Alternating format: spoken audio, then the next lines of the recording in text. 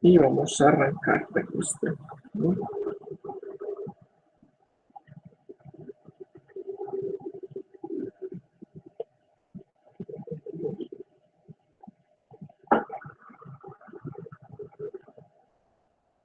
Muy bien, entonces la clase pasada eh, empezamos este tema de lo que era la diferenciación e integración numérica. Particularmente estuvimos abordando el tema de la diferenciación numérica, pues vimos que las deducciones partían de lo que eran una serie de Taylor, pero que geométricamente podíamos interpretar esto que eran las diferencias para aproximar una derivada también en términos de la pendiente y cómo podemos aproximar esa pendiente para, para una recta que pasa ya no por un punto, sino por dos, y lo interpretamos pues, geométricamente de una forma sencilla.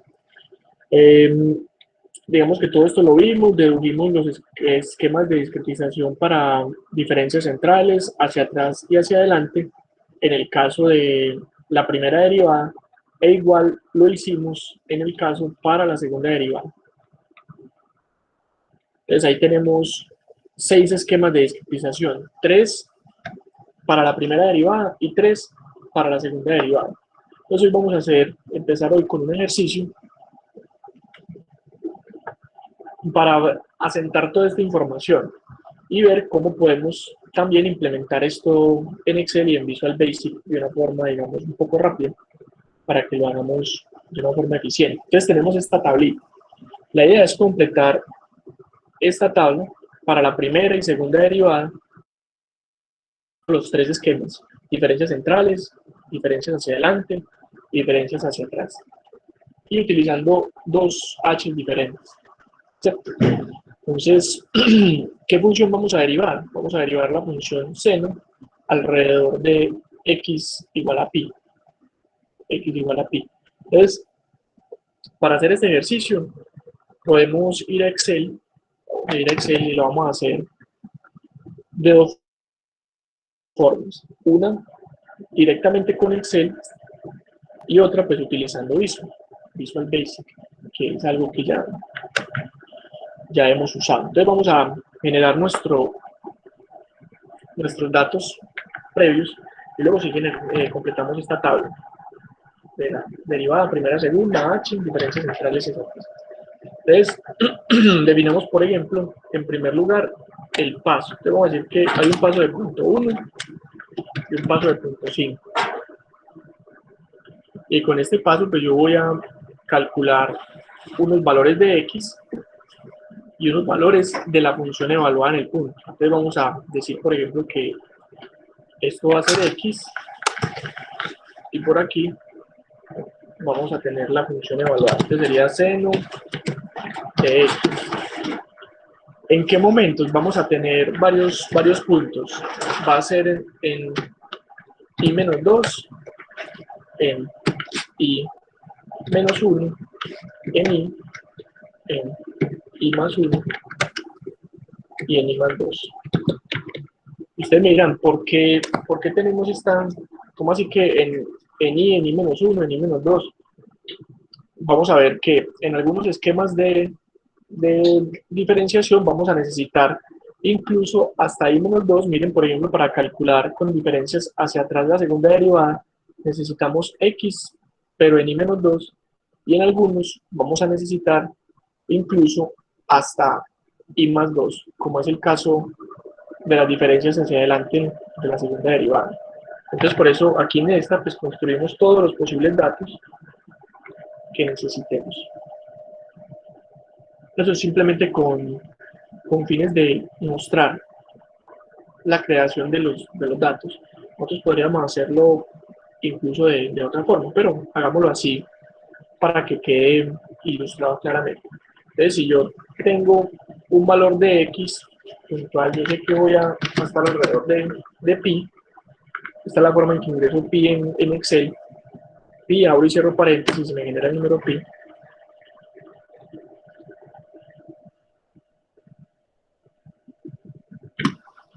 Entonces, este va a ser mi valor de x en el punto central, es decir, ese va a ser mi xi.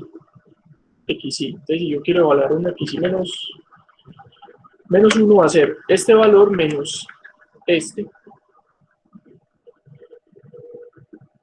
en que xi menos 1 sería xi menos h, que sería este menos este.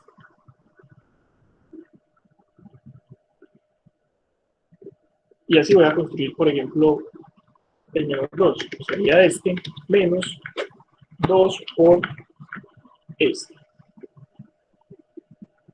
Miren que ahí aparece el 2, este 2, es porque estoy alejado 2 veces h. Aquí me alejo una vez h y aquí me alejo 2 veces h. Y es negativo porque estoy alejándome hacia la izquierda, ¿cierto? Entonces es negativo.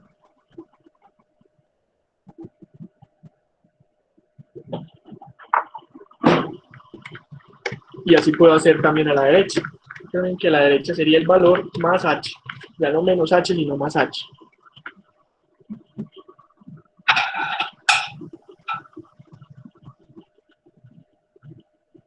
Entonces, miren, ¿para qué estamos haciendo todo esto, cierto? Esto es con fines ilustrativos, básicamente, para que veamos que tengo un punto y tengo que construir puntos alrededor de él mismo. ¿Podría mostrar otra vez el i menos 2? Claro, ahí está. Sí, gracias. Con gusto. A ver, ¿me repites cómo hace pi en Excel? Das igual pi, abres y cierras paréntesis. Es como si fuera una función que no tiene argumentos. Pero es muy curioso, pero sí es. Y para hacer pues será el valor más 2 veces h.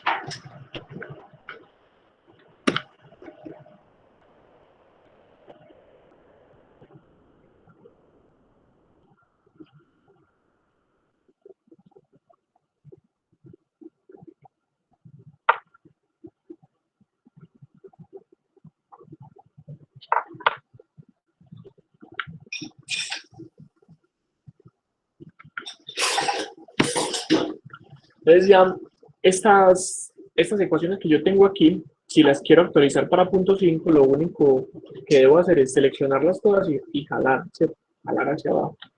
Y ya se me actualiza. Aquí miren que ya se actualiza el valor que corresponde. Y cada uno va a estar actualizado. Esa es una de las ventajas que tiene Excel, que yo puedo, si quiero recorrer información, pues selecciono y arrastro.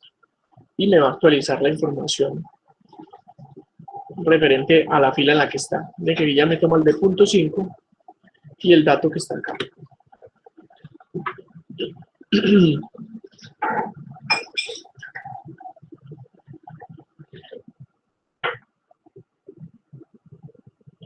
Y ahora pues evaluar el seno de x será llamar la función acá con el respectivo valor, ¿cierto? Entonces, este valor que tengo acá será el seno de x en i menos 2, cuando h vale 0.1. Y así lo voy a hacer para todas las demás. Pero como ya tengo construido mis valores de x para los dos h's, para los dos pasos, entonces esto va a evaluar siempre lo mismo, ¿cierto? Será igual seno de el valor que tengo acá. Y ya con eso yo lo puedo arrastrar tanto hacia acá como hacia acá. Y ya con eso construyo todos mis valores del seno de x.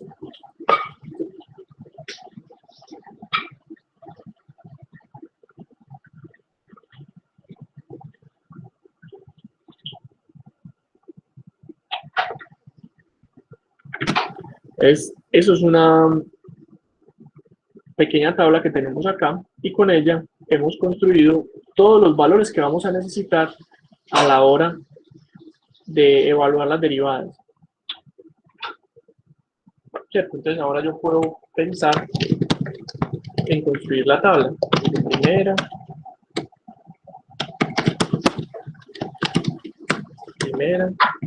y aquí segunda, segunda. aquí voy a poner h, que va a ser 0.1, 0.5, no, está al revés, creo que acá está al revés, pero no, lo reviso para que quede igualito. Sí, 0.5 primero, 0.1, 0.5, 0.1. Y aquí entonces vamos a hacerlo utilizando diferencias centrales, adelantadas y atrasadas.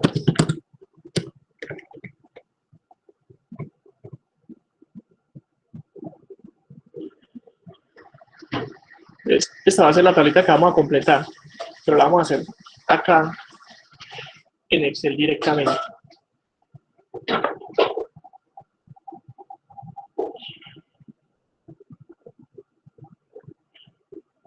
Entonces vamos a empezar con esta.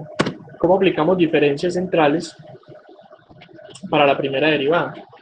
Entonces me voy a volver acá para que las miremos y las tengamos siempre presentes a la hora de resolverlo. Entonces miren, diferencias centrales es x y más 1 menos, perdón, f de x y más 1 menos f de x y menos 1 sobre 2h. Esto es lo que vamos a llevar a Excel tal cual para construir la derivada. Entonces, ¿cómo lo hacemos? Sería f de x y más 1, miren, acá está, para punto 5, será este, ¿cierto? Estamos en h igual a punto 5, menos f de x y menos 1, será este que está acá, dividido 2 por h, y h pues es punto 5. Y ya con eso construimos las diferencias centrales.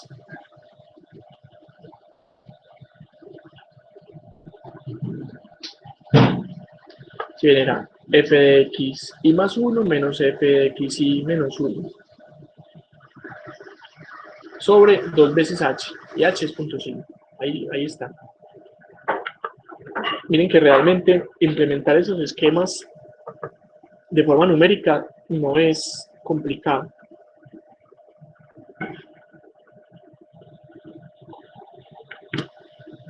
Entonces ahí me da 1. Voy a ponerle a esto un poco más de cifras. A ver, quitémosle por ahí con 4, así. Y ya lo podemos hacer, entonces, por ejemplo, también para un h de punto 1. Será lo mismo, solamente cambiando el h. Entonces, aquí h de punto 1, entonces tomaremos este, que este es f de x y más 1, menos f de x y menos 1, dividido 2 por el h.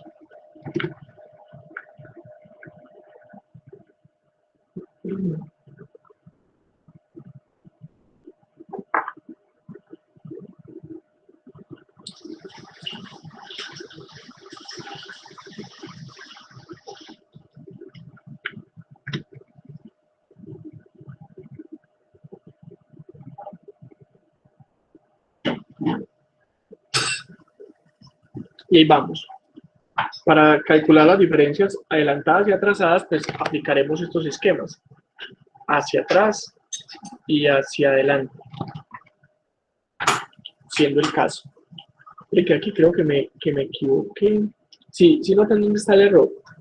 Porque acá G4 y E4 no deberían ser estas dos celdas. Alguien que me ayude por identificar ese error. Porque aquí no deberían ser G4 y E4. ¿Qué celdas deberían ser realmente? E3, G3 y E3.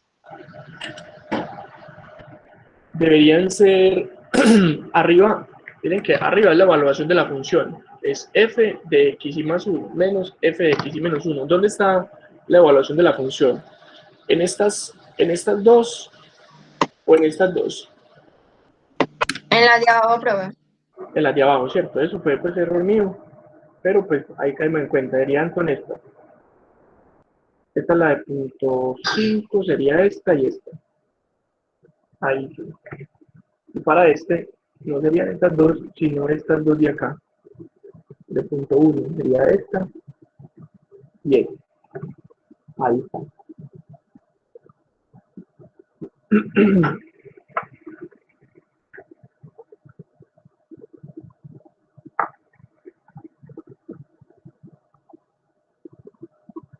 De razón me estaba dando 1. Estaba dividiendo x sobre x. Entonces, claro, daba 1.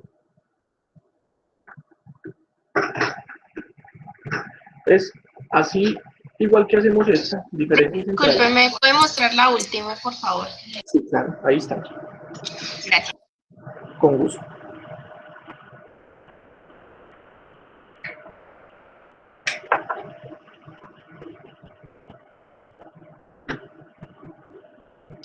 Listo, profe, muchas gracias. Con gusto. Bueno, entonces, miren que así igual que hicimos las diferencias centrales, podemos hacer las adelantadas y atrasadas. Es básicamente aplicar estos esquemas de diferenciación numérica. Entonces, estas adelantadas y atrasadas se las voy a dejar ahí para que ustedes las hagan enseguida.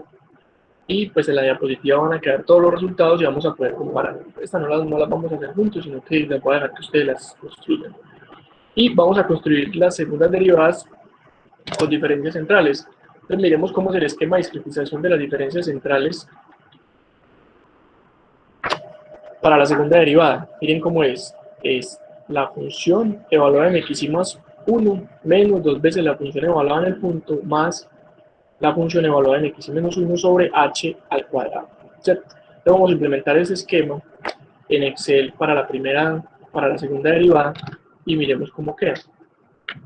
Sería aquí entre paréntesis va a quedar la función evaluada en x menos 1. Entonces será para punto 5 es menos 2 veces por la función evaluada en el punto.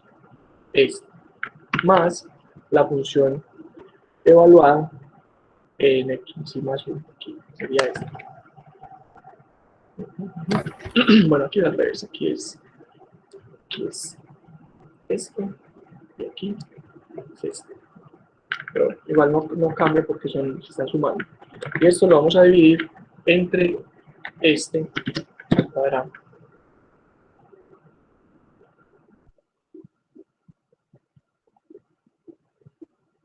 Que para la segunda derivada ya no utilizamos 2, sino 3 evaluaciones de la función, 1, 2 y 3.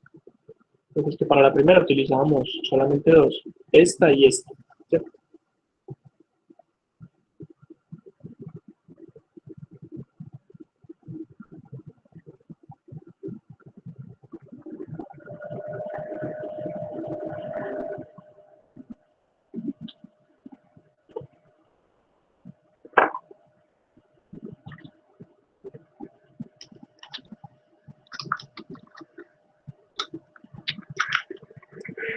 Así igual que hicimos para h.5, podemos hacer para h.1.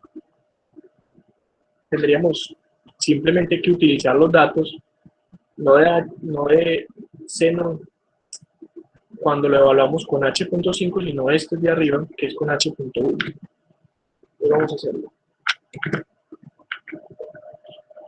Sería este menos 2 veces este más este dividido h al cuadrado.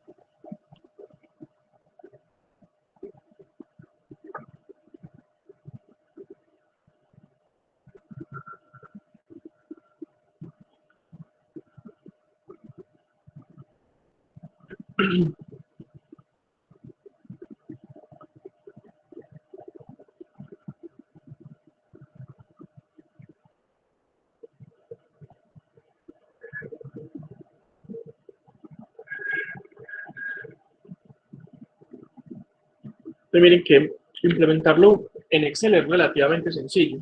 Así igual ustedes podrían hacer estas que son adelantadas y atrasadas y darse cuenta cuánto da. Pero eso lo vamos a dejar ahí en reposo por el momento. ¿Qué vamos a hacer? Pues esto fue usando Excel. Ahora vamos a construir lo mismo, pero ya lo vamos a hacer utilizando Visual. Ustedes me dirán, pues que si lo podemos hacer en Excel, ¿por qué lo vamos a hacer en Visual? Por dos razones. La primera, para que repasemos eso de cómo podemos hacer cosas en Visual Basic, que eso pues, fue algo que hicimos en el curso de algoritmos. Y la segunda razón es porque a veces yo necesito implementar estas derivadas dentro de otros métodos numéricos que si las hago en Excel no me sirven. Tiene que ser con código para poder implementar estas derivadas junto con otros métodos numéricos y poderlas resolver. Entonces, vamos a ponerle a este todos los bordes, este también. Es como podemos nosotros hacer esto mismo que hicimos en Excel, pero ya que Visual no lo llene acá. O bueno, o crear funciones que yo pueda llamar desde Visual Basic. Entonces vamos a abrir el Visual Basic y vamos a insertar un módulo. Y acá en este módulo vamos a crear algunas funciones para que nos evalúe esto acá. Para que haga lo mismo. ¿Cierto? Entonces, en primer lugar voy a definir una función que llame fun, que reciba como argumento AXI, undo,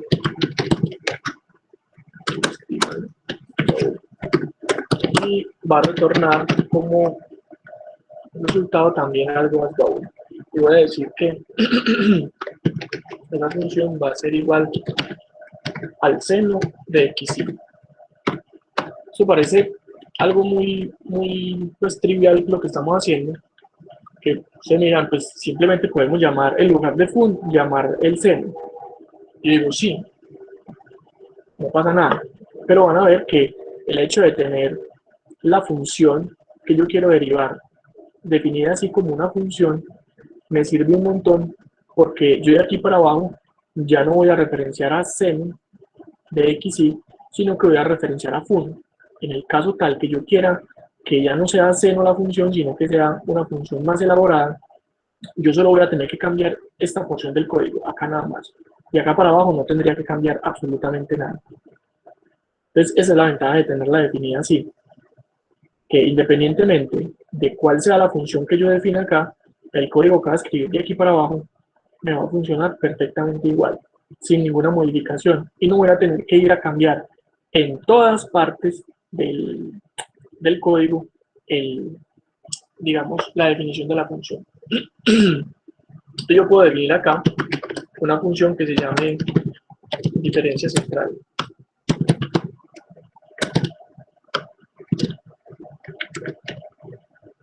Y esta función va a recibir x as bool y va a recibir a h. Y va a devolver también un valor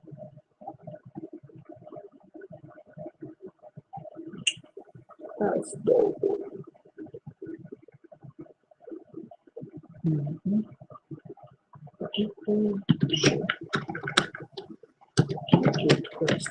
Listo. Entonces, aquí yo voy a definir mis funciones para los esquemas de discretización. Por ejemplo, a esta la voy a llamar así, diferencia central 1, para referirme a que es la primera derivada. Entonces, el esquema de discretización va a ser centrales para este 1 representa primera derivada. Entonces, yo definiría también una función igual que esta, pero con un 2 para definir la segunda derivada. Puedo copiar esto, pegarlo y ponerle con 2. Entonces, esta primera, podemos decir, calcula la derivada de la función fun usando diferencias centrales. Y podemos decir que explícitamente es la primera. Y para esta, podremos decir que hace lo mismo, pero por la segunda. Calcula la segunda derivada. Y ahí tenemos dos funciones. Así podríamos hacerlo para diferencias atrasadas y adelantadas. Tener otras funciones para la primera y la segunda. en general, digamos, nos puede servir eso. Entonces, ¿cómo construimos nosotros acá el código correspondiente? Va a ser relativamente sencillo. Por ejemplo, en el caso de la primera derivada en diferencias centrales, entonces diremos que div central 1, que es el nombre de la función, le vamos a asignar la función evaluada en xi más 1, pero xi más 1 es más h, ¿cierto? Cuando nosotros decimos que xi más 1 es el valor de xi más un paso hacia adelante, más h. Y también podemos decir que xi menos 1 va a ser xi menos h. Y esto va a estar dividido entre 2 por h. Y eso sería mi esquema de discretización en diferencias centrales. Miren la forma un tanto diferente que estamos teniendo aquí a como lo hacemos en Excel.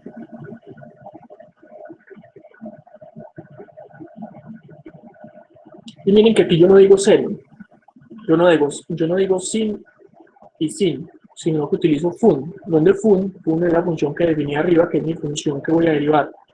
Entonces yo de aquí para abajo ya no tengo que modificar el código nunca más. Si yo ya no quiero que fun sea seno, sino que sea, por ejemplo, tangente inversa, pues aquí escribo tangente inversa. Y ya de aquí para abajo el código queda intacto, ya no cambia más. Si ven ahora la ventaja de poder definir la función como una función aparte. Y yo cambio aquí y ya todos los cambios se van a reflejar de ahí para abajo, sin necesidad de modificar más el código. Entonces miren, esta función se llama div-central1 y recibe como argumentos a xi y a h y debería calcularme la derivada con diferencias centrales, la primera derivada. Vamos a ver, utilicemos esta en Excel a ver si es verdad. Si es verdad. Entonces la voy a utilizar acá.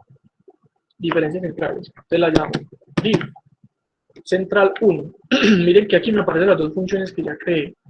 Entonces, div central 1, xi, va a ser, lo vamos a evaluar en pi, ¿cierto? Y el h es este. Entonces, esto debería evaluarme, esta función que yo creé en Visual debería evaluarme exactamente esto mismo que yo creé aquí con fórmulas de Excel. Vamos a ver si es verdad. Miren, ahí está, voy a poner la misma cantidad de decimales. Ahí está, menos 0.9589, menos 0.9589. Pero ahora es una función en Visual. Miren que esto es una función que yo acabo de crear. Mientras que esto que yo tengo acá es exactamente una fórmula con la implementación del esquema de discretización.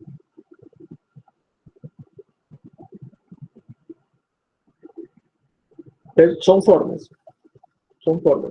Lo bueno de esta función es que yo la puedo llamar desde Excel, pero también la puedo utilizar en Visual Basic. Yo puedo llamar esa función dentro de un procedimiento y calcular la diferencia central para no solamente pi, sino todo el intervalo, por ejemplo, entre 0 y pi, con intervalos de a punto 1. Yo puedo construir un ciclo for, por ejemplo, por i igual a 0 hasta pi con step de punto 1 y evaluar esa función con la derivada muchas veces para luego construir, por ejemplo, una gráfica de la derivada de la función respecto de x, por ejemplo. Cosa que en Excel pues también lo podría hacer, pero tengo que hacer otro trabajo adicional. Entonces miren cómo son dos alternativas que yo tengo para generar mis procedimientos. ¿Cuál vamos a preferir acá en el curso? Pues no vamos a tener una predilección, porque es que este nos sirve para ilustrar gráficamente y muy visualmente cómo se implementa. Pero este es la forma en la que ustedes lo van a hacer en los talleres. Todos los talleres que ustedes van a resolver van a estar escritos en Visual Basic. Yo no voy a aceptar soluciones que estén hechas en Excel. ¿Por qué? Porque ustedes, por dos razones. Para que sigamos repasando Visual Basic, que yo sé que ustedes ya lo manejan, ya lo dominan, pero pues eso se va olvidando. Y la segunda es porque la mayoría de códigos en otras plataformas van a estar escritos como código puntualmente, no como una hoja de cálculo. Si ustedes van, por ejemplo, a MATLAB, van a Python, van a Java, al lenguaje de programación que quieran, nunca van a encontrar algo como esto que tenemos acá. Una hoja de cálculo es básicamente Excel, pero sí van a encontrar cosas como esta. E incluso los pseudocódigos que van a encontrar en los libros van a ser precisamente eso, pseudocódigos, que van a ser para implementarse en Visual Basic y no en Excel. Entonces, digamos que esas son las razones por las cuales lo hacemos así. Entonces, vamos a hacer esta otra función. Las diferencias centrales, pero para la segunda derivada. A ver cómo nos queda. Entonces, diremos que diferencias centrales para la segunda derivada va a ser la función evaluada en x y más h menos 2 veces por la función evaluada en x y más la función evaluada en x y menos h. Todo esto va a ser dividido h al cuadrado. Y esa sería la implementación. Diferencias centrales para la segunda derivada. Este es la función evaluada en x y más 1 menos 2 veces la función evaluada en x y más la función evaluada en x y menos 1.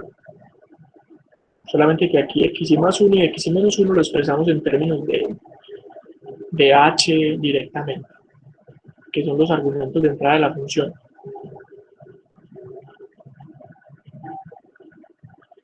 Es que delicada escribirlo por acá, vamos a escribirlo bien débil. Vale. Calcula la segunda derivada de la función. Listo.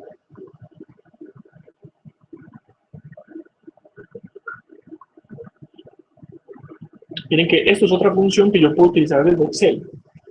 Vamos a utilizarla a ver si sí está calculando esa segunda derivada igual que nos dio el resultado en Excel. Vamos a ver.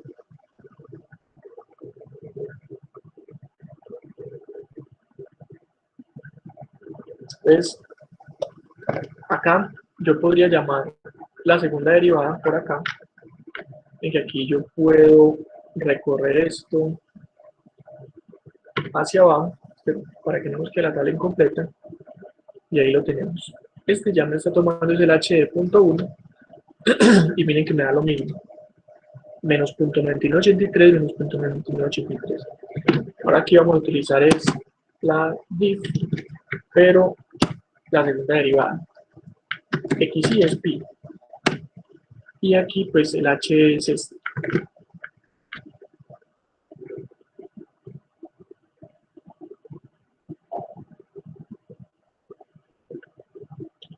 Y ahí tenemos un número muy pequeño. Dice menos, si lo pongo en notación de número normal, 4 cifras por ejemplo. Ahí lo tenemos, voy a ponerle desde las mismas cifras también. Ya está también. Lo puedo arrastrar. Y ahí tenemos. Miren que esto que construí con Excel y con Visual me da exactamente lo mismo.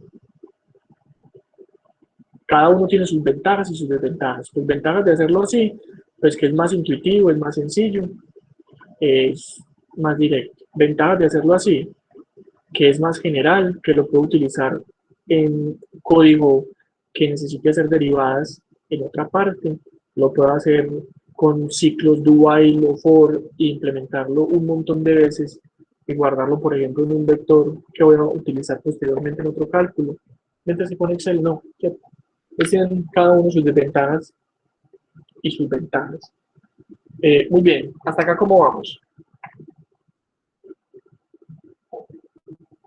Muy bien, profe.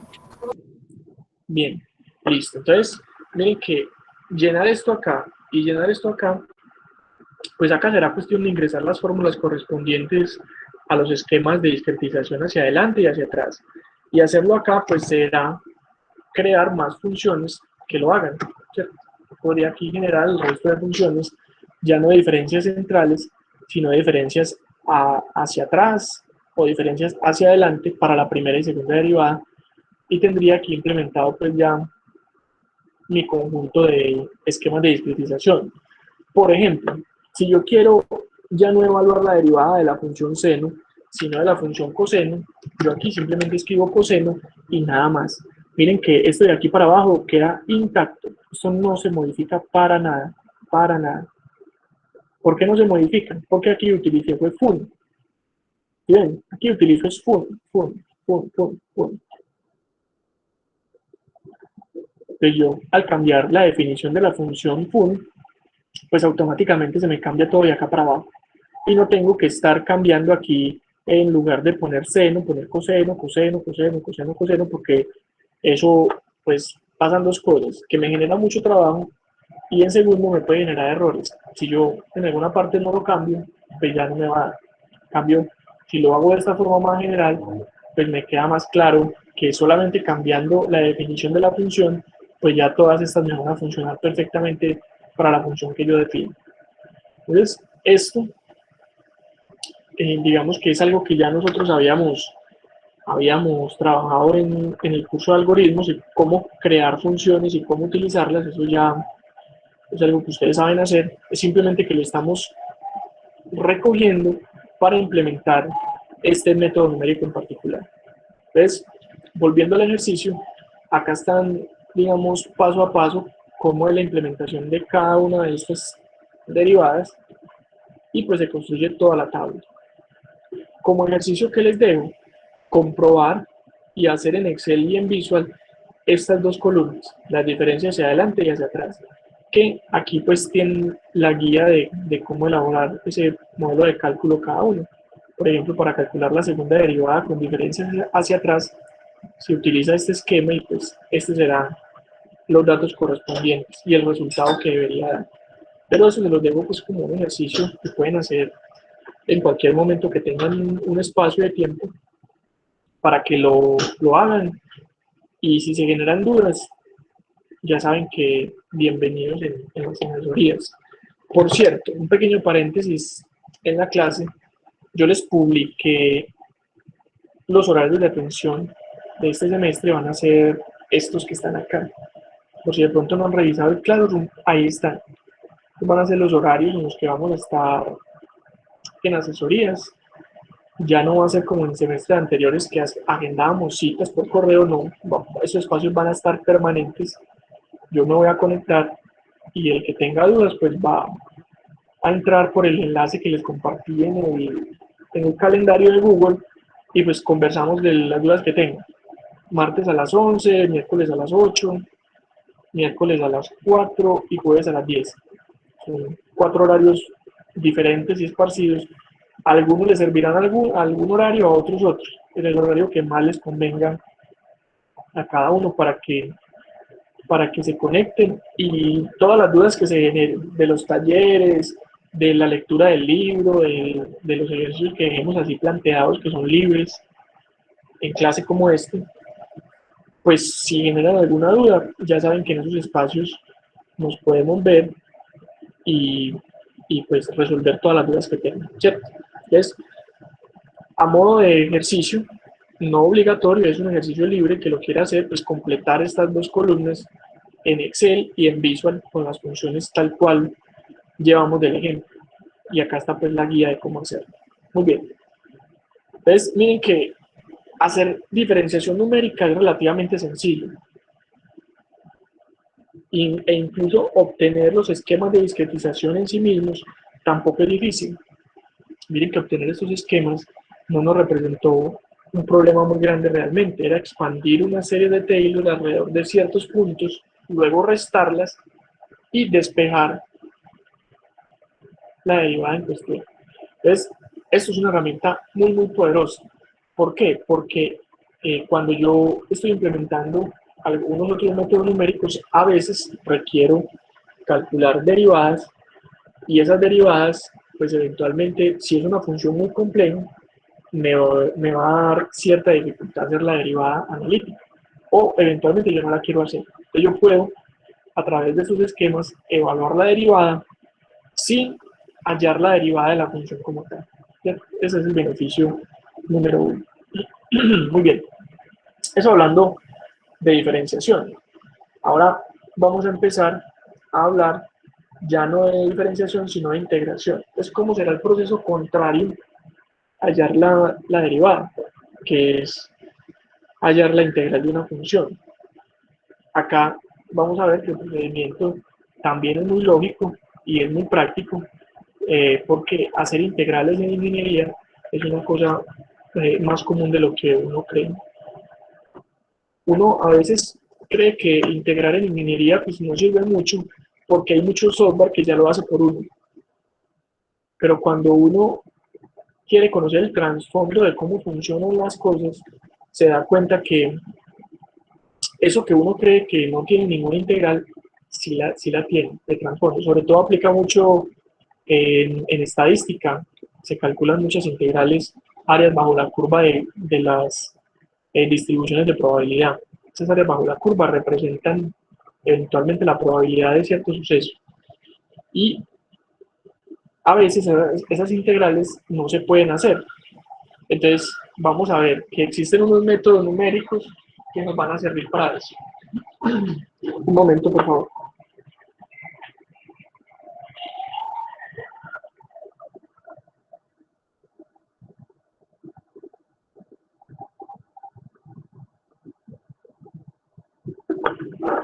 Ya volví. Entonces, cuando hablamos de hacer una integral de forma numérica, la estrategia fundamental se basa en reemplazar esa función, cual sea la función, que es complicada, por un polinomio que es fácil de integrar. Miren que de lo más fácil que hay para integrar son los polinomios. Polinomio casi que uno lo integra por inspección, ¿cierto? No hay como que, ay, no, aquí qué utilizaré, qué regla de integración voy a utilizar, no. Polinomio siempre es muy fácil de integrar. Entonces, ¿qué pasa?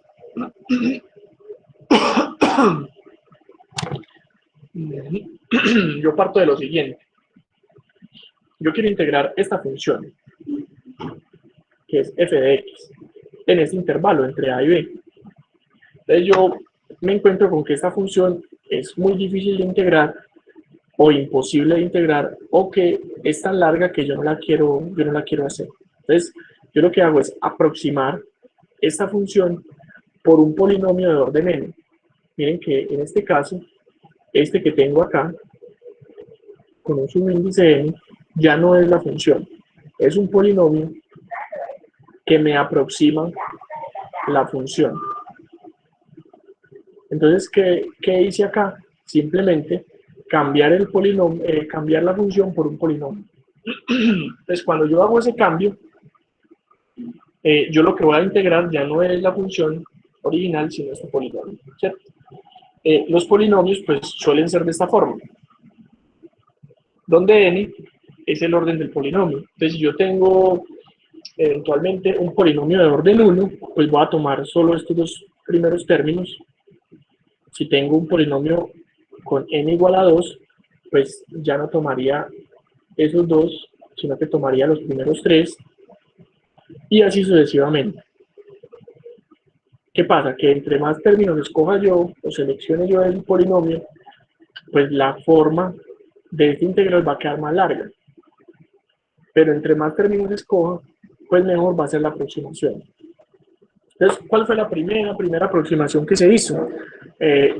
Los que pensaron en esto dijeron, ¿qué tal si en lugar de la función seleccionamos un polinomio de orden 1? Es decir, un polinomio que sea una ecuación de una línea recta, a0 más a1x, así. Si nosotros reemplazamos esto aquí y hacemos la integral, ¿cómo nos quedará esa aproximación? Esa fue la primera aproximación, ¿cierto? Entonces, si nosotros hacemos esto, miren cómo nos queda.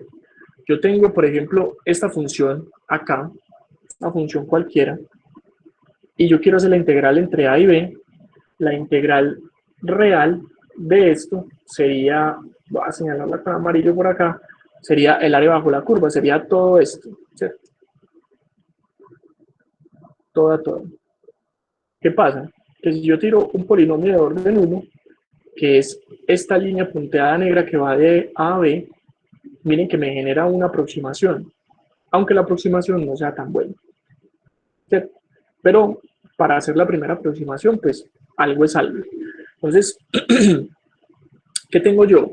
Que cuando yo hago la integral de esta función, que es un polinomio de orden 1, lo que va a obtener es esta área bajo la curva. Pero esa área bajo la curva eventualmente me va a representar en mayor o menor medida el área real. Miren que en este caso me está despreciando toda esta porción. Toda esta porción del área me la desprecia. Entonces ustedes dirán, pues que eso, ¿qué tan conveniente es hacerlo de esa manera? Pues a mí no me parece tan conveniente, dirán algunos.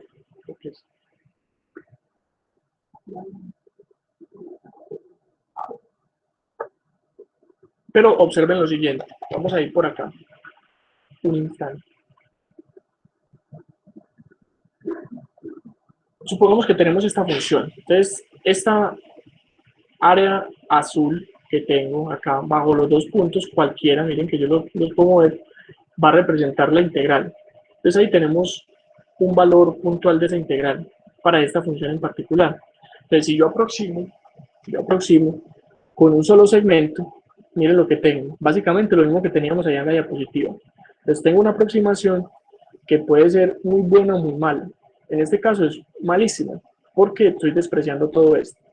Entonces en este caso, la integral numérica me va a dar 1.11, sabiendo que la integral analítica, la real, me debería dar 1.58. Entonces me da por debajo. También puedo tener otro caso en el que sea algo como esto, y yo, si aproximo con un solo segmento, miren acá en este caso, tiro una línea recta entre A y B, y hallo el área bajo la recta, lo que estoy haciendo en este caso es sobreestimando esa integral. Debería darme 9.47 y me está dando 12.42. ¿Cierto? Eso, como primera aproximación, pues uno dice, pues válido, aunque no sea tan bueno. Pero ¿qué pasa si yo, en lugar de tener un solo segmento, empiezo a tener más segmentos? Miren que si yo tengo dos segmentos, ya me mejora un poquito, ¿cierto? Ya no es tan horrible, que ya es 9.47, 10.21, y si sigo aumentando ese número de segmentos, miren, por ejemplo, en el caso de 4 segmentos, ya me aproxima mucho mejor. ¿Cierto? Disculpen un momentico, ya regreso.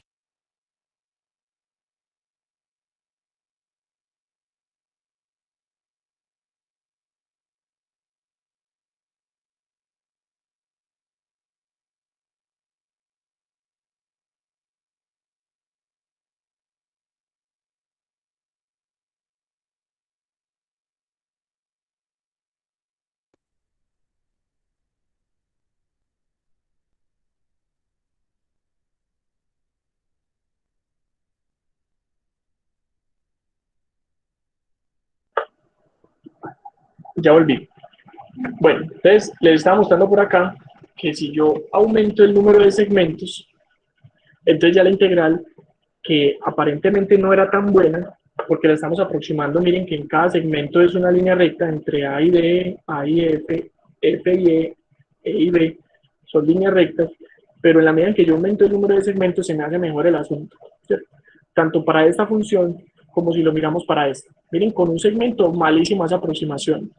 Pero si yo le pongo, por ejemplo, dos segmentos, ya es más razonable lo que me está despreciando, después de estos dos pedazos. Y si le pongo 4 segmentos, miren que cada vez se me hace mejor. Entonces lo que se pregunta uno es, ¿qué tal si yo aumento los segmentos hasta n? Donde n puede ser 6, 8, 9, 10, 11. Cada vez la aproximación va a ser cada vez mejor, ¿cierto? Entonces, eso es el objetivo de hoy, llegar a una expresión que nos permita a nosotros sumar cada uno de estos segmentos. Pero debemos empezar por acá. ¿Cómo construimos una expresión para un segmento nomás? Y luego que tengamos esa aproximación, la vamos a generalizar para 2, 3, 4, n segmentos. Ese es el objetivo. Pero quiero que vean que a pesar de que esta aproximación es mala, si aumentamos el número de segmentos, empieza a ser bueno. Y ya siendo n grande, 10, 12, 20 segmentos, la aproximación es tan buena que nos va a servir para hacer estimaciones con fines prácticos. Pero miren de qué parte, de que yo voy a dividir el intervalo en segmentos pequeños y en cada uno de esos segmentos lo voy a aproximar como una línea recta. Entonces vamos a empezar con esto. Vamos a deducir la expresión para un solo segmento. Que entre A y B trazamos un solo segmento, una línea recta, y hacemos la aproximación. Una vez tengamos esta aproximación, pues la generalizamos para más segmentos. Muy bien. Entonces, vamos a continuar por acá. Entonces, cuando yo tengo este, que es un polinomio de orden 1, entonces voy a trazar es una línea entre el punto A y el punto B. Yo puedo, para una línea recta, expresarla de esta forma. A algunos se les hará familiar, a otros no, pero vamos a recordarla. Esta es la ecuación para una línea recta, punto pendiente. Uno puede decir que esto es y es igual a este primer punto, que sería y1 más, miren que esta es la pendiente, expresada en diferencias, puede ser centrales o atrasadas o como uno quiera, o como la versión clásica de y2 menos y1 sobre x2 menos x1. Y esto multiplicado por x menos x1. ¿Cierto? Si ven, esto es lo que ustedes aprendieron por allá en uno de sus tantos cursos de matemáticas o de geometría vectorial o qué sé yo, en alguno de los tantos cursos lo habrán visto. Y esta es la representación pues que vamos a tener ahorita. Pero miren que es básicamente lo mismo. Yo puedo reemplazar en lugar de este que es un polinomio de orden 1, pues a lo que es igual, que es todo esto, y hacer la integral. Y esta integral yo la voy a poder hacer porque esto, al ser un polinomio de orden 1, pues va a ser fácil de integrar. Entonces miren que aquí empieza la aproximación. Yo cambio la función, cualquiera que sea esa función, miren que es una función cualquiera, la voy a reemplazar por un polinomio de orden 1. Y voy a hacer la integral. A ver qué me resulta. ¿Cierto? Entonces vamos a hacerlo. Entonces yo acá reemplacé a f1 de x por lo que es igual y voy a hacer la integral. Miren que hacer esta integral pues requiere una manipulación algebraica importante, pero se puede hacer. Esa parte de cómo hacemos la integral la vamos a omitir, la vamos a dejar como un reto. Yo por acá tengo la demostración de cómo hacemos para llegar a eso.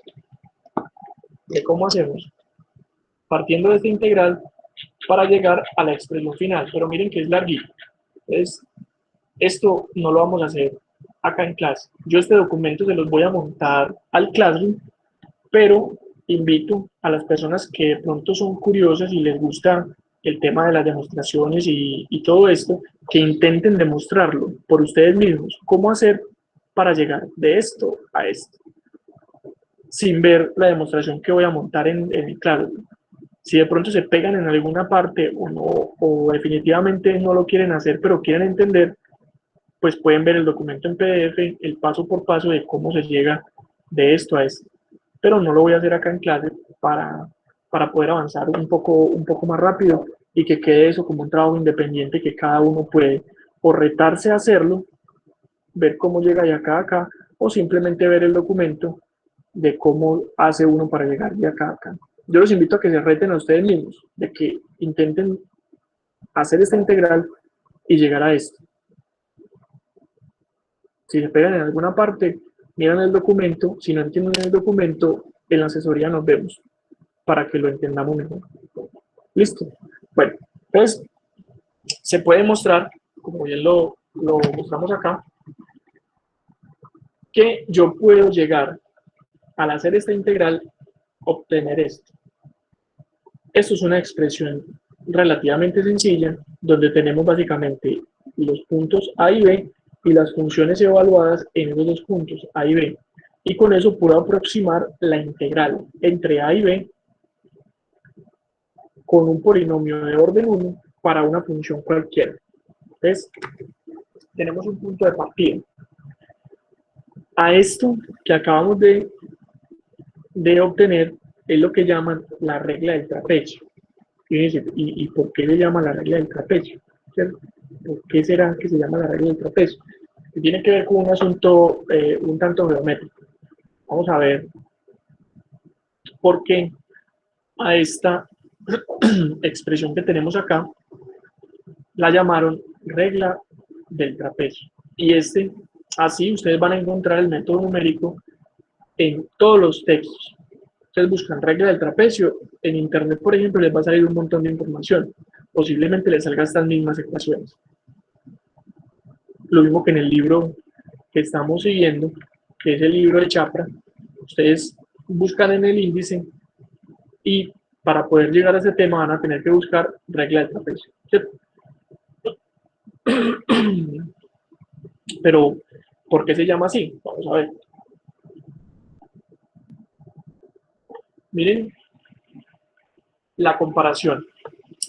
Esta que tenemos aquí, esta área rayada, representa la aproximación de la regla del trapecio para el área bajo la curva de esta función azul.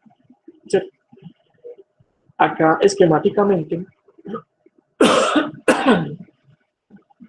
tenemos la representación de esto mismo, pero ya como una figura geométrica. Miren que este triángulo, esta figura azul que yo tengo acá es precisamente un trapecio. Y observen lo siguiente. Yo tengo por acá, voy a señalar con esto, tengo por acá una altura 1, tengo una altura 2, y este que es el ancho sería esta distancia, ¿cierto? Es como calculo yo el área de un trapecio. Será este más este por el ancho dividido 2, ¿cierto? Y eso nosotros lo sabemos desde la geometría. El área de un trapecio será, incluso lo llaman es base mayor más base menor por altura dividido 2. Acá está, es esta fórmula. Si ustedes observan la similitud que tenemos acá con esto, miran que, por ejemplo, esta altura, esta primera altura que está acá, es la función evaluada en A. Entonces, aquí, esta representará la altura 1. Esta de acá a acá, esta distancia, será la altura 2. Ahora, la distancia entre A y B es el ancho. Entonces, B menos A, que es esta distancia de acá hasta acá, es el ancho. Entonces, miren cómo es esta, que es la ecuación que se deduce para la regla del trapecio. Quedaría como altura 1 más altura 2 por el ancho dividido 2. ¿Sí notan la similitud?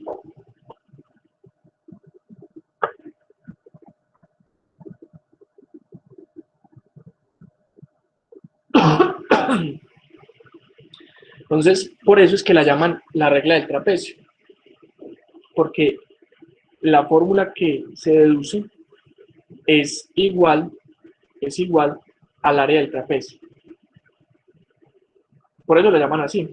Miren que esta que tenemos acá es precisamente esta que se deduce después de hacer esta integral, que ustedes la van a demostrar.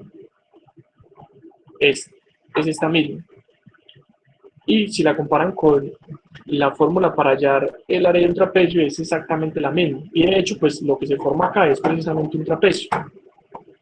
Entonces, con eso, pues tenemos que está justificado el nombre y que ya tenemos una aproximación para la integral. Pero habíamos dicho que pues tener un solo segmento es muy malo, porque la aproximación pues, es malísima. Aquí se puede ver que se desprecia toda esta área. Entonces, habíamos dicho, ahorita viendo la figurita interactiva, que si aumentábamos el número de segmentos, al aumentar el número de segmentos, mejoramos la aproximación. Entonces, vamos a ver cómo podemos hacer para usar esta que tenemos acá, esta expresión, pero ya no para un solo segmento, sino, por ejemplo, utilizando esta misma figura, poner un punto acá en el medio y ya tirar dos líneas. Tirar una de a este punto y otra de a este punto. Y miren que ya tendríamos no uno, sino dos segmentos. Tendríamos este segmento 1, que sería un trapecio, este segmento 2 sería otro trapecio, y sería aplicar esta regla dos veces. Y con eso mejoramos nuestra solución. Pero ¿cómo llegamos a eso? Vamos a ver. Les pregunto, ¿hasta acá cómo vamos? Bien, profe, está claro. Listo. Entonces vamos a continuar por acá. Entonces miren que, por ejemplo, en este caso, si tengo tres segmentos, miren que ya la aproximación mejora un montón. Mejora bastante. Entonces, vamos a deducir la regla del trapecio, pero ya no para un segmento, sino para varios segmentos. Entonces, ¿cómo hacemos eso? Imagínense lo siguiente.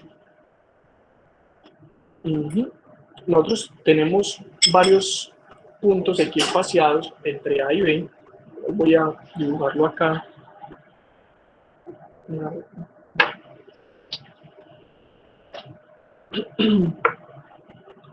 yo por acá voy a tener, pero no con esto. Voy a tener por acá A y voy a tener AB. Entonces yo, en lugar de trazar un solo segmento entre A y B, voy a distribuir varios puntos entre A y B. Entonces voy a decir que voy a dividir por acá, por acá, por acá. Así. Entonces ya entre A y B tengo varios segmentos. Tengo 1, 2, 3, 4, 5, 6, 7 y 8. Por ejemplo, en este caso. Entonces, entre A y B voy a tener varios puntos. Este lo voy a llamar X0. Entonces, A ya va a cambiar de nombre, va a ser X0. Este sería X1. Este sería X2. Este sería X3. Este sería X4. X5. X6. X7 y X8. ¿Cierto? Entonces tengo n más 1 puntos. Tengo 1, 2, 3, 4, 5, 6, 7, 8, 9 puntos. ¿Sí ven? Tengo 1, 2, 3, 4, 5, 6, 7, 8, 9 puntos. Y con 9 puntos me genera 8 segmentos. Entonces n más 1 es 9, que es el número de puntos. Y me genera n igual a 8 segmentos. Miren que tengo 1, 2, 3, 4, 5, 6, 7, 8. Esto yo lo puedo generalizar para cualquier n. N igual a 10, 11, 12, 15, 20, 50, 100. Para lo que yo quiera. ¿Qué va a pasar? Que la distancia entre cada punto, entre x0 y x1, x1 y x2, x3 y x4, entre cualquiera, va a ser una distancia común h. Es decir, de acá a acá va a haber h, y acá también va a haber h, y así sucesivamente. Aquí también va a haber un h, y ese h, que es la distancia entre dos puntos consecutivos, lo vamos a calcular así. Va a ser b menos a dividido el número de segmentos que yo quiero. Entonces, si yo tengo, por ejemplo, un a de 1 y un b de 5, y voy a decir que quiero 10 segmentos, entonces yo ya puedo calcular mi h. Sería 5 menos 1 sobre 10. 5 menos 1, 4, dividido 10, punto 4. Entonces yo sé que si tomo entre 1 y 5, de a punto 4 voy a obtener 10 segmentos, ¿cierto? Y ahí tenemos ya como nuestra nomenclatura. Miren que arrancamos desde x0, x0, x1, x2, x3, hasta llegar a xn. ¿Cierto? Entonces, este va a ser nuestro punto de partida para poder, en cada uno de estos segmentos independientes, aplicar la regla del trapecio que acabamos de obtener. Porque yo, para cada uno, entre x0 y x1, puedo aplicar la regla del trapecio. Entre x1 y x2 puedo tirar mi línea recta en la función y hallar otro pequeño trapecio. Y así para cada uno de los segmentos que tengo. ¿Cierto? Entonces, hasta acá, ¿cómo vamos? ¿Está claro esta nomenclatura que tenemos hasta este momento? Sí, profe. Muy bien. Entonces, observen que A y B, para esta nomenclatura de la regla del trapecio, van a ser respectivamente AX0 y B sería X0, para que de pronto no se vayan a perder con eso. Bueno, y entonces, ¿qué es cada cosa y qué se hizo A y B? Porque ya A y B no están. Es porque les cambiamos de nombre para poder hacer los múltiples segmentos. Muy bien, entonces, si yo aplico la misma estrategia de ahora, pero por segmentos, miren que yo voy a tener diferentes integrales. Yo tengo, por ejemplo, esta primera, que sería para el segmento entre x0 y x1, esta segunda, que sería para el segmento entre x1 y x2, y así sucesivamente hasta llegar por acá al enésimo segmento. Entonces, yo puedo reemplazar en cada uno de estos segmentos, en lugar de la función, un polinomio de orden 1, tal cual lo hicimos ahorita. En lugar de poner la función como tal, la reemplazo por el polinomio de orden 1. Si yo hago eso, lo que tengo, después de hacer la integral, es esto que tengo acá. Miren cada uno de estos términos. Por ejemplo, este surge de lo siguiente. Vamos a ponerlo un poquito en contexto con lo que teníamos ahorita. Solamente este término en amarillo. Miren que h sería x1 menos x0, porque h es la distancia entre dos puntos consecutivos. Y el resto quedaría igual. F de x0 menos f de x1 sobre 2. Esto que yo tengo acá es la regla del trapecio para un solo segmento que se demostró no, que ustedes van a demostrar, ¿cierto? Pero es la misma. Aquí era b menos a, f de a menos f, bueno, aquí más, f de a más f de b sobre 2. Es la misma. Entonces, ¿qué hice yo? Básicamente, para cada uno de estos es reemplazar la regla del trapecio. Y eso me genera una sumatoria de términos. Entonces, observen que aquí hay un factor común a todos los términos. Todos los términos tienen el siguiente factor común.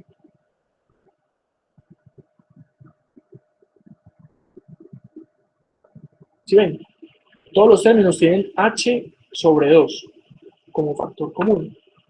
Entonces yo puedo aprovechar ese hecho y pues sacar h medios como factor común y luego pues agrupar términos semejantes. Entonces si yo hago eso, observen lo que me queda. Aquí quedaría y aproximadamente h medios de todo esto que queda acá internamente. Entonces f de x0 me queda solito. Acá hay un f de x1 y acá hay otro. Entonces este más este me queda dos veces este. Lo mismo podría yo decir para los términos que siguen. Acá habría un f de x2 y en el término que sigue, el primer número que va a estar en el término que sigue también es este. O sea que yo podría decir que todos los términos de la mitad, por ejemplo, f de x2, también sería dos veces lo mismo para f de x3, f de x4 y así todos los de la mitad estarían multiplicados por 2, porque voy a tener uno al final del término anterior y uno al principio del término siguiente. ¿Sí ven? Esto que aplica para x1 también aplicará para x2 para el siguiente término y así sucesivamente. Y esto así hasta el final. Este último sí ya no se multiplica por 2 porque este pues ya no tiene un término adelante que también tenga f de xn para poder decir que hay 2. Entonces te va a quedar así. Entonces, ¿a qué nos lleva a pensar esto? De que todos los términos de la mitad van a estar multiplicados por 2 y solamente van a quedar sin multiplicarse por 2 el primero y el último. Entonces, esto me va a constituir a mí una sumatoria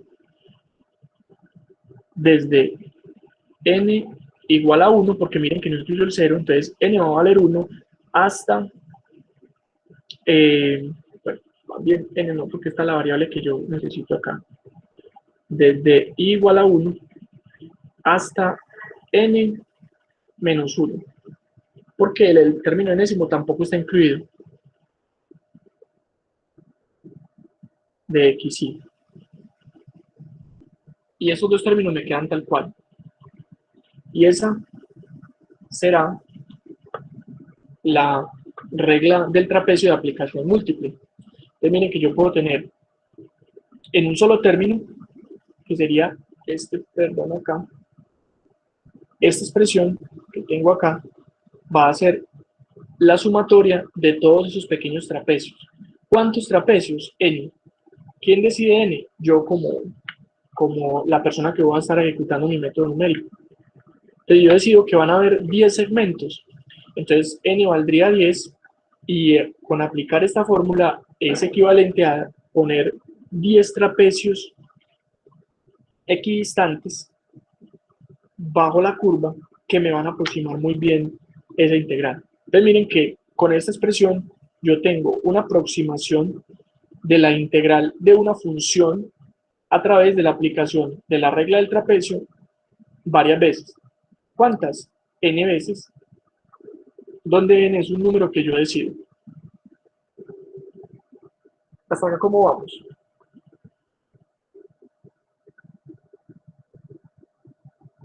Profe, bien, Muy bien, pero profe. H, ¿qué sería? ¿Qué vendría siendo H en este caso? H es la distancia entre dos puntos consecutivos. Acuérdate que H habíamos dicho por acá que era B menos A sobre N. Ah, sí, profe, ya, gracias. Con gusto. H es la distancia, por ejemplo, entre x0 y x1, o entre x1 y x2. Es como la distancia entre dos pasos consecutivos, como decir el ancho de cada uno de los trapecios. Volviendo acá al ejemplo que teníamos, para la aplicación de un solo segmento, H sería esta anchura, digamos, la base del trapecio. Si tenemos dos segmentos, H sería el ancho de cada uno de los trapecios. De acá a acá habría un H y acá a acá habría otro H. Y si tenemos, por ejemplo, en el caso de 4 segmentos, pues H sería la anchura de cada uno. Miren que cada uno de los trapecios tiene el mismo ancho, aunque el alto no sea el mismo, pues el alto de por sí no puede ser el mismo para que la aproximación sea buena. El alto lo da la evaluación de la función, pero el ancho sí es el mismo y cada uno de estos mide h. ¿Cierto? Esto mide h de acá a acá, eso también mide h de acá a acá, h de acá a acá, y así para cada uno, ¿cierto? Y también. Ese es el valor de h, y h lo calculamos como b menos a sobre n, donde n es el número de segmentos, o sea que en este caso pues sería 1, 2, 3, 4, entonces este n valdría un 4, y b menos a pues sería este menos este, el valor de la x, aquí sería b, aquí sería a, perdón, y aquí sería b, pues al restar estos dos, pues podemos hallar h con esta expresión, ¿cierto? Entonces, miren que yo podría reconstruir, por ejemplo, esta integral que tengo aquí al aplicar esta regla del trapecio de aplicación múltiple con n igual a 4. Si yo hago esta integral con n igual a 4 para esta función, me debería dar esto mismo. Porque sería aplicar básicamente lo que vemos acá de forma geométrica, aplicarlo de forma numérica, ¿cierto? Aquí no necesitamos construir trapecio ni nada, porque internamente ya esos trapecios se están construyendo con el hecho de haber aproximado como una línea recta entre dos puntos consecutivos la función, ¿cierto? Entonces, ese es básicamente la regla del trapecio. ¿Qué vamos a estar aplicando nosotros? Esta que está acá, ¿cierto? Esta la pueden señalar como realmente la función que vamos a usar. El resto de ahí para arriba es básicamente la lógica de cómo se dedujo esto en el contexto histórico que se hizo, ¿cierto? La persona que lo hizo pues utilizó un razonamiento similar a este para llegar a esta conclusión. Nosotros como usuarios del método numérico pues estaremos utilizando única y exclusivamente esta expresión. El resto es contexto. Entonces, vamos a hacer un ejercicio para que apliquemos esta regla del trapecio para hallar una integral. Vamos a ver si lo alcanzamos a hacer en este momento que tenemos, o si no, pues lo dejamos empezado y lo terminamos la próxima clase. Entonces, miren cómo es la regla. La integral va a ser aproximadamente h medios de el primero y el último, la función evaluada tal cual, y todos los puntos intermedios van a estar multiplicados por 2. Entonces, vamos a hacer el ejemplo. Vamos a aproximar esta integral entre punto 1 y pi menos punto 1 de seno de x de x. Y vamos a hacerlo de dos formas, con n igual a 4 y con n igual a 10.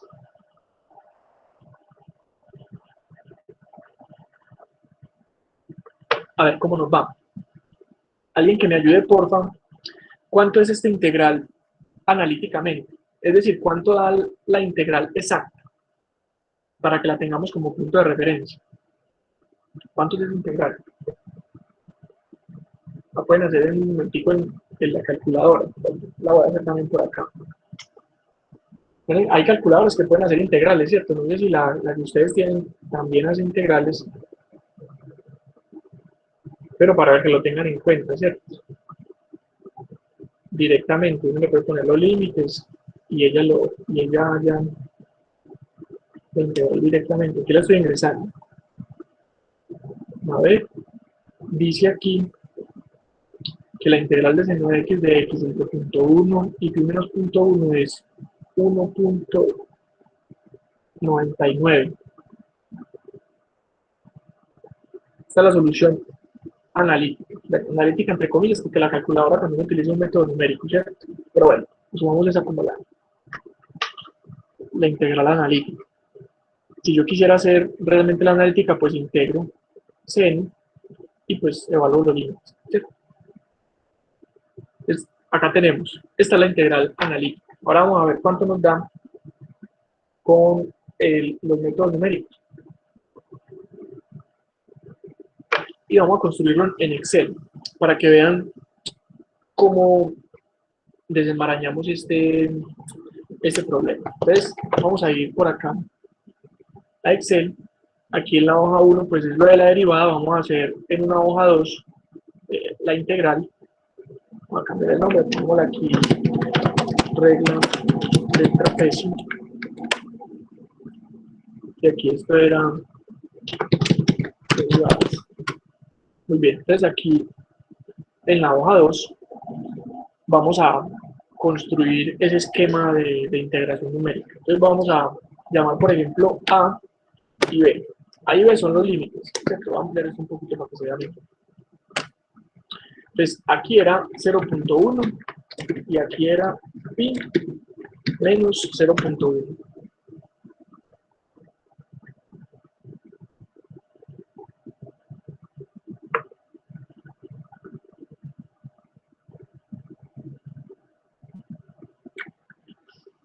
Entonces, ahí tenemos ya nuestros límites, punto 1 y pi menos punto 1.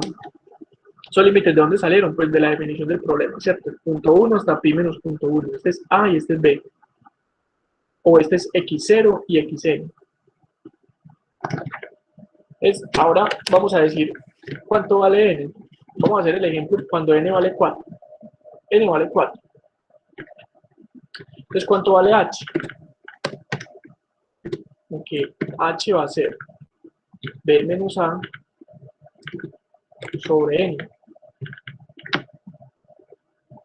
H. Es B menos A sobre N.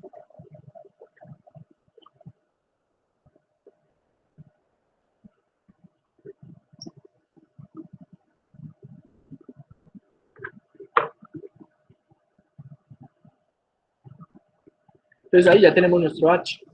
Voy a ponerle menos cifras a este para que no se vea tan así con 4 de cambio. Y N sí es un número entero, ¿sí? Entonces muy bien, ya tenemos acá nuestros puntos. Ahora vamos a construir una tablita.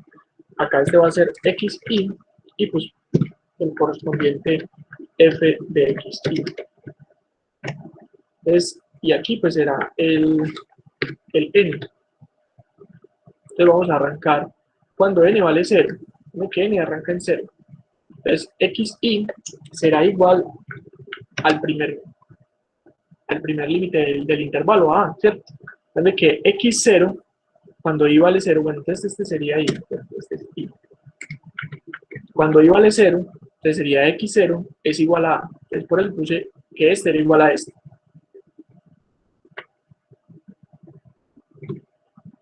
Y ya pues teníamos para 1, 2, 3 y 4. Esta tablita va a quedar así. Vamos a cerrarlo un poquito para que se vea todo en contexto. Listo. Entonces, ¿cómo construyo yo los pasos que siguen? Sería el anterior más un h. Y como h quiero que sea constante, lo fijo con F4. No sé si para todos es claro qué significan estos símbolos de moneda al agregarlos en una celda de Excel. Si para alguien no es claro, me cuenta por favor y lo discutimos. Si para todos es claro, pues lo vamos comentando. Profe, no, yo no sé qué significa. Listo. Mira que cuando yo recorro una fórmula de Excel hacia abajo, ella me va cambiando los valores. Por ejemplo, voy a poner acá un ejemplo claro. Si yo pongo aquí los números 2, 3, 4 y 5, y yo digo que es este al cuadrado, entonces mira que acá me sacó, pues este 2 al cuadrado es 4. Y si yo recorro esto hacia abajo, entonces mira que me actualiza automáticamente al que está al lado. Entonces ya no me tomo este para este, sino que me tomo el que está al lado. Y así el que está al lado, y el que está al lado. Esa es la forma en la que Excel trabaja normalmente. Pero ¿qué pasa si yo a este le pongo los símbolos de moneda? Cuando yo le pongo... Mantiene el valor de la casilla. ¿Cómo? Mantiene el valor de la casilla. Efectivamente, lo mantiene. Ya cuando yo arrastre hacia abajo, esto no se me va a mover hacia abajo, sino que va a seguir siendo este. Entonces, mira, por ejemplo, en este caso, que ya la fijé, entonces yo lo arrastro hacia abajo, lo muevo, y mira que me sigue dando 4. Es porque, independientemente de dónde esté, va a seguir tomando el valor de donde lo tomé. Entonces, para eso me sirven los símbolos de moneda en la celda, que cuando yo se los pongo, cuando arrastre no se me mueve. Entonces, ¿por qué es de utilidad en este caso? Voy a dejar eso ahí y ya saben que esto es un ejemplo de las referencias. Es porque independientemente, acá, yo voy a tomar el anterior, este sí lo dejo suelto, pero este yo quiero que siga siendo el mismo, porque miren que cuando yo arrastre hacia abajo, H va a seguir estando en la misma celda, la celda C5. Entonces yo quiero que este no se me mueva, que este se me quede quieto, que se me inmovilice. Pero este de 8 sí quiero que se me actualice. Entonces, por eso lo hago de esa manera, para que este no se me mueva. Este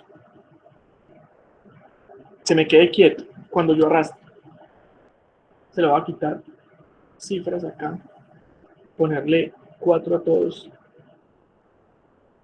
Así lo voy a cerrar acá un poquitico. Y yo ya lo puedo arrastrar. Entonces miren que ahí me generó el intervalo. Pongámosle esto también 4 cifras. ¿Sí? Muy bien. Ahí. Observen algo bien interesante que tenemos por acá. Y es que este es B. Y miren que este debe corresponder al mismo, ¿cierto? Y yo no lo ingresé, yo no dije que esta celda fuera igual a esta, sino que lo hice arrastrando las celdas. Y es porque si yo voy desde punto 1 con este paso y luego 4 veces, pues necesariamente llego a este, porque para calcular h lo hicimos con estos datos que tenemos acá, ¿cierto? Entonces deben ser coincidentes, que el primero, es decir, x0 y xn deben corresponder con el primero y el último. Y ahí está. Entonces ya tenemos construidos pues, los pasos, tenemos construidos las x, y ahora vamos a evaluar la función en cada uno de esos puntos, que eso es lo que sigue. Entonces miren que acá ingresé esta función y simplemente la arrastré, jalé hacia abajo, y así me generé el resto de los puntos. Acá, pues la función es seno, entonces será seno, aquí pues es la función que sea, en este caso la función seno. Si fuera una función más compleja, pues le ingresa 1 y evalúa cada uno de los puntos. Seno del valor de x. Y ya esto yo lo puedo arrastrar hacia abajo.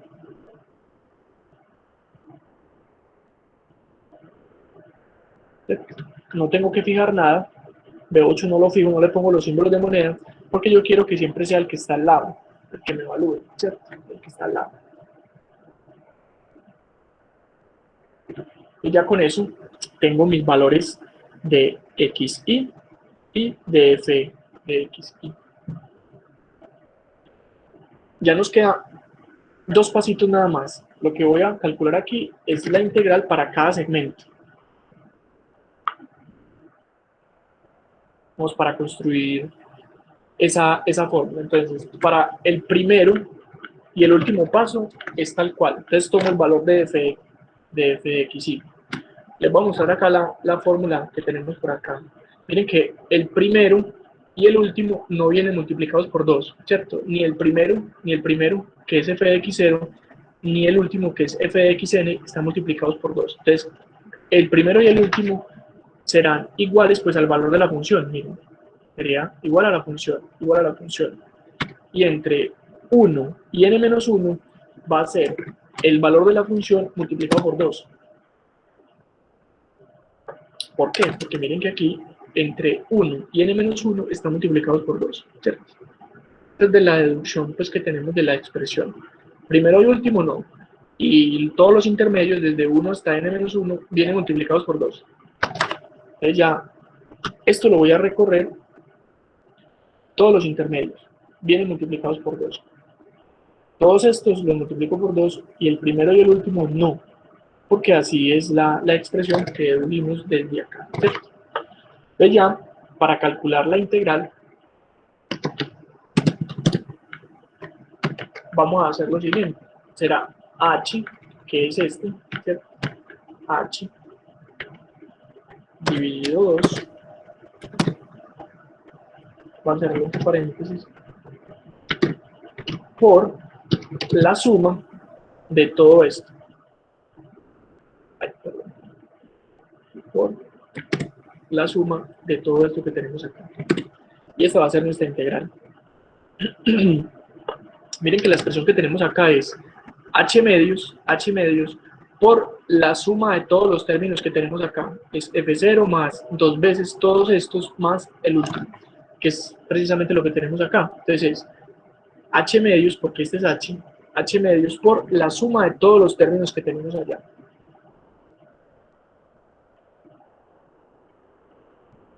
Y eso me da la integral. Me da 1.899. Esta es trapecio.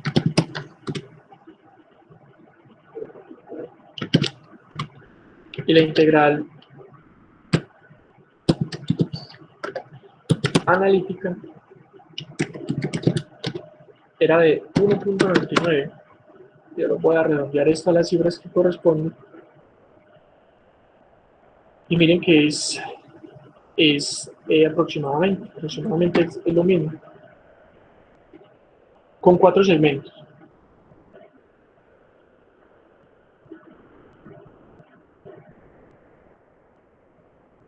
Ya va bastante bien. 1.9 nos da la regla del trapecio. Si lo miramos por acá, que eso está implementado, y esto, digamos que A era entre punto 1 aquí, no sé, no, es que yo quito esto para que se vea mejor. Entre punto 1, aquí, a ver, yo llego. No me dejaría a ver si así es más fácil. Entre punto 1 y pi menos punto 1, miren lo que está dando la integral acá. Analítica, 1.989, esto da 1.99 aproximadamente, ¿cierto? Con dos cifras. Y con 4 segmentos, a tirar 4 segmentos da 1.899, que es esto lo que nos está dando acá, 1.899, ¿cierto? Miren que da lo mismo. Esto lo hice en GeoGebra. Y en GeoGebra lo que hace es calcular el área bajo cada uno de estos trapecios. Entonces miren que esta es la representación geométrica de este problema numérico que acabamos de hacer. Esta función que tenemos acá es precisamente la función seno de x. Por acá está representada. A ver si carga algún día esto acá. Pero esta función azul es precisamente la función seno entre 0 y pi. Esta es la función seno. Entonces, ahí tenemos pues la aproximación, tanto geométrica para que ustedes vean, digamos, contundentemente, porque lo visual es muy, muy contundente, y cómo es numéricamente. Tenemos 4 segmentos. ¿Cuáles son los segmentos? Cada uno de estos, 1, 2, 3, 4. Pero miren que a pesar de que tenemos 4 segmentos, son 5 puntos. 1, 2, 3, 4 y 5. Geométricamente, ¿cuáles serían los puntos? Este es 1, voy a señalarlos acá. Aquí sería 1, 2, 3, 4 y 5 puntos. Si lo ven, sería x0, x1, x2, x3 y x4. 5 puntos, 4 segmentos. Aquí sería la aproximación geométrica como tal, y lo que acabamos de hacer en Excel pues sería la aproximación numérica. Miren que por todas partes da lo mismo. Es porque esto es una representación matemática de lo que geométricamente podemos ver. Entonces, esto nos lleva a generalizar este asunto para n igual a 4, 10, 15, 20, 50. Entre más segmentos, pues mejor va a ser la aproximación, pero más cálculos voy a tener que hacer. Entonces, hasta acá cómo vamos. ¿Se entendió este método numérico de la regla del trapecio? Sí, profe, está muy claro. Listo, entonces les voy a poner, aparte de todas las tareas que ya tienen, una adicional.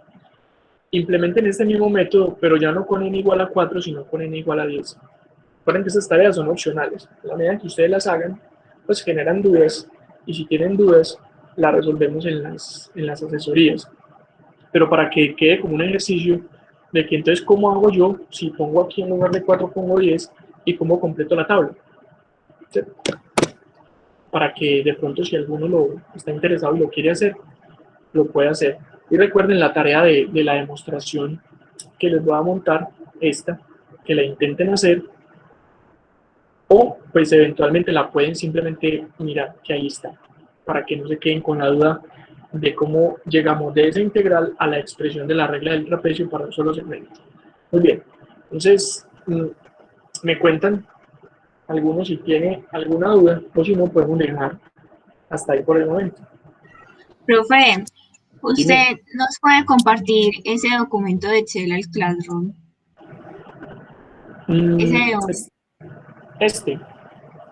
Sí, yo los comparto. Lo voy a guardar antes porque lo cierro y luego no lo guardo y ahí sí ya quedó. Voy a guardarlo en el escritorio. Pero voy a poner así. No me corrió para ver dónde pongo el problema. Gracias.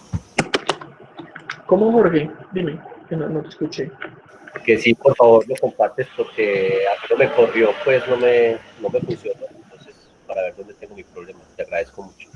Listo, claro que sí. Entonces, enseguida quedo con varias tareitas. Montarle esto y el documento en PDF.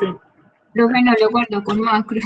Sí, eso es, siempre me pasa. Ahí quedó. Listo. Entonces, se los comparto enseguida junto con el PDF. Bueno, muchachos, entonces nos vemos el miércoles, Dios mediante. Que estén muy bien. Muy bien, muchas gracias. Con gusto. Gracias, Chao. profe, hasta luego. Gracias, hasta luego.